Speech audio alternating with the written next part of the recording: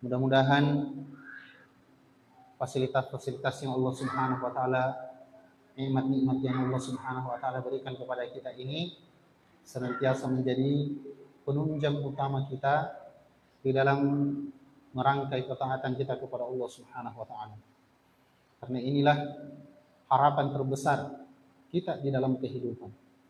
Sekaligus inilah yang menjadi perkara yang paling berat dari ketaatan seorang hamba, yakni memelihara ketaatannya sepanjang kehidupannya di atas muka bumi.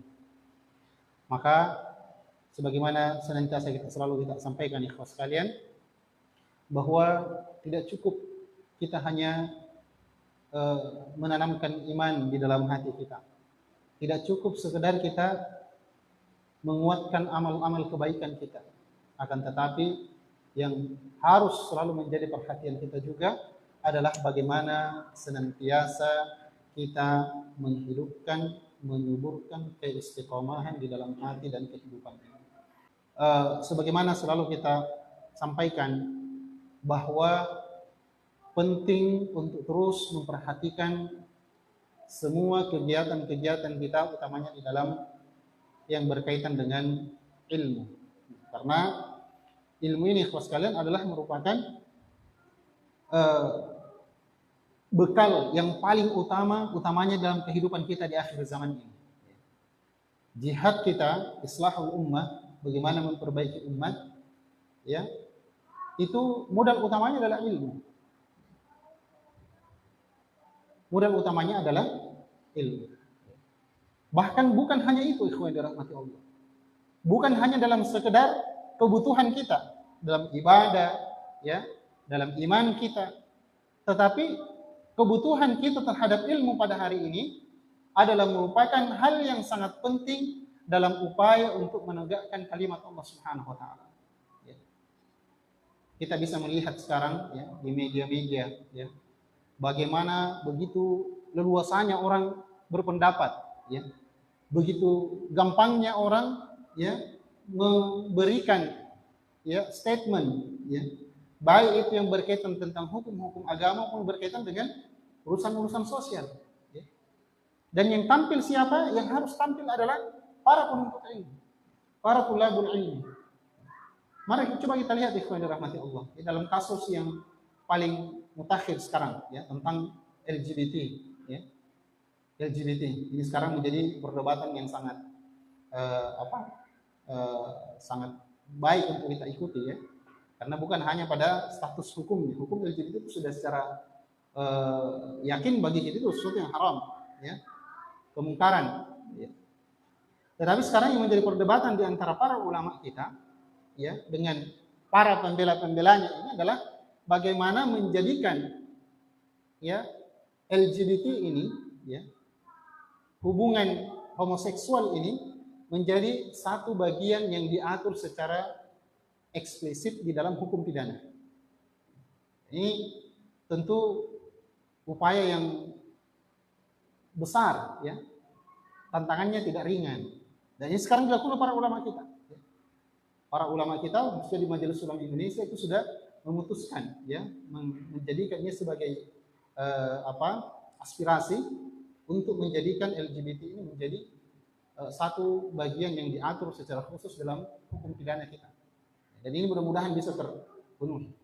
Kalau hubungan laki-laki dan wanita saja yang tidak sah, ya, itu diatur sebagai pidana, maka apatah lagi hubungan laki-laki dan laki-laki. Ya, ini rasionalnya saja, ya. Kita belum membahasnya dari sudut hukum, ya, dari perspektif sosial dan seterusnya. Rasionalnya saja. Laki-laki dan perempuan saja pidana, apalagi kalau laki-laki dan laki-laki atau perempuan dengan perempuan, maka lebih layak untuk dipidana. Dan mudah-mudahan ini menjadi satu hal yang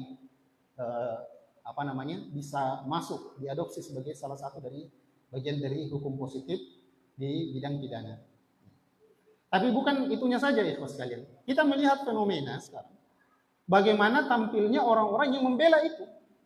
Ya. Bahkan tidak sungkan-sungkan mereka, ya, mendebat para ulama dari sisi hukum. Ya. Saya pernah menonton sebuah acara talk show, ya, yang berbicara membahas tentang itu. Kiai Khalil Nafis, ya, ulama Nahdlatul Ulama dari MUI. Beliau menjelaskan tentang bagaimana perspektif Islam, hukum Islam tentang LGBT itu.